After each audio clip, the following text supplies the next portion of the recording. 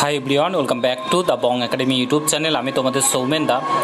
তো আজকে হচ্ছে 20 এপ্রিল। আজকে কি তাহলে তোমাদের WB SSC group C group ডির যে রেজাল্ট সেটা প্রকাশিত হতে চলেছে ভোটের আগেই আজকেই, অর্থাৎ 20 এপ্রিল কি তোমাদের রেজাল্ট প্রকাশিত হবে? তোমরা বিভিন্ন জায়গায় দেখেছো, বিভিন্ন সোশ্যাল মিডিয়া হ্যান্ডেল থেকে শুরু করে বিভিন্ন ইউটিউব চ্যানেলে তোমাদের বিভিন্ন স্যার বলেছে আজকে তোমাদের রেজাল্ট প্রকাশিত হতে চলেছে। ঠিক আছে, এই কথাটা বিভিন্ন জায়গায় শুনতে পেয়েছো তোমরা। সত্যি কি আজকে তোমাদের তাহলে রেজাল্ট প্রকাশিত হবে? কাট অফ কত যাবে? সমস্ত কিছু আজকের এই ভিডিওতে বলছি। পুরো ভিডিওটা দেখার চেষ্টা করবে। চ্যানেলে নতুন হলে অতি অবশ্যই চ্যানেলটাকে সাবস্ক্রাইব করে পাশে থাকা বেল আইকনটাকে প্রেস করে দেবে। যখন আমি নতুন ভিডিও আপলোড করবো তার নোটিফিকেশন সর্বপ্রথম পেতে অতি অবশ্যই চ্যানেলটাকে সাবস্ক্রাইব করে দেবে।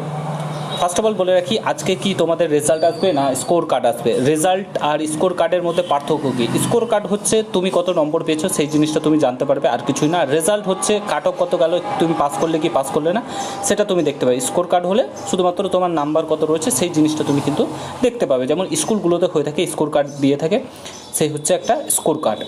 তো এবার প্রশ্ন হচ্ছে রেজাল্ট দেবে না স্কোর কার্ড দেবে? দেখো, রেজাল্ট তোমাদের দেবে না, ভোটের আগে কোনো মতেই তোমরা রেজাল্ট পাবে না। ভোটের পর তোমাদের মোটামুটি জুন জুলাই মাসে তোমাদের রেজাল্ট প্রকাশিত হওয়ার সম্ভাবনা রয়েছে। ভোটের আগে তোমরা রেজাল্ট পাবে না। স্কোর কার্ড আজকে দিলেও দিতে পারে। কেন দিতে পারে?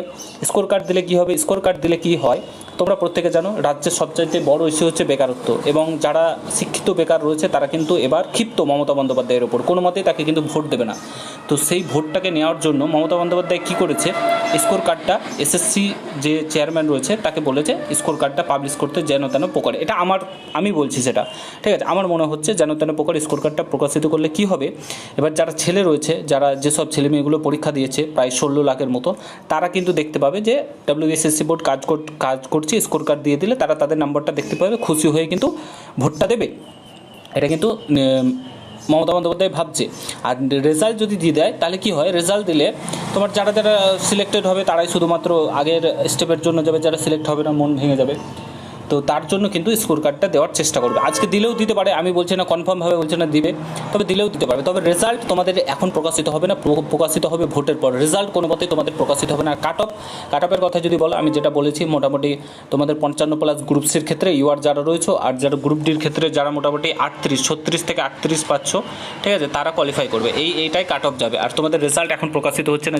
যারা যে কোনো স্যার বলেছিল রেজাল্ট দেবে না, হয়তো স্কোর কার্ড দিলেও দিতে পারে, কিন্তু কনফার্মেশন নেই। আমার তো মনে হয় না কোনো কিছু দেবে। এবার যদি দেয় শুধুমাত্র রাজনীতির জন্য দেবে। এবার পশ্চিমবাংলায় যে বেকারত্বের জ্বালায় জ্বলছে ছেলে মেয়েগুলো, তার একটা মানে খুশি করার জন্য কি বলে টোপ দেওয়ার জন্য কিন্তু দিতে পারে, ঠিক আছে? আর দেখা যাক কী হচ্ছে, সন্ধ্যার মধ্যে দিলে দিয়ে দিবে, নাহলে দেবে না, ঠিক আছে? আমার মনে হয় না তোমাদের আজকে কোনো কিছু দেবে। যতদূর আমরা এসএসসি চেয়ারম্যানের কথা শুনে বুঝতে পেরেছি, জুন জুলাই মাস নাগাদ ছাড়া তোমাদের কোনো রেজাল্ট কোনো কিছু কিন্তু পাবলিশ করবে না। বাকিটা তোমাদের মতামত জানাবে, ঠিক আছে? ভিডিওটা প্রচুর পরিমাণে শেয়ার করো। চ্যানেলে নতুন হলে অবশ্যই সাবস্ক্রাইব করে যাও। দেখার জন্য কোনো ভিডিওতে ভালো থেকো, সুস্থ থেকো, গুড বাই, জয় হিন্দ, বন্দে মাতরম।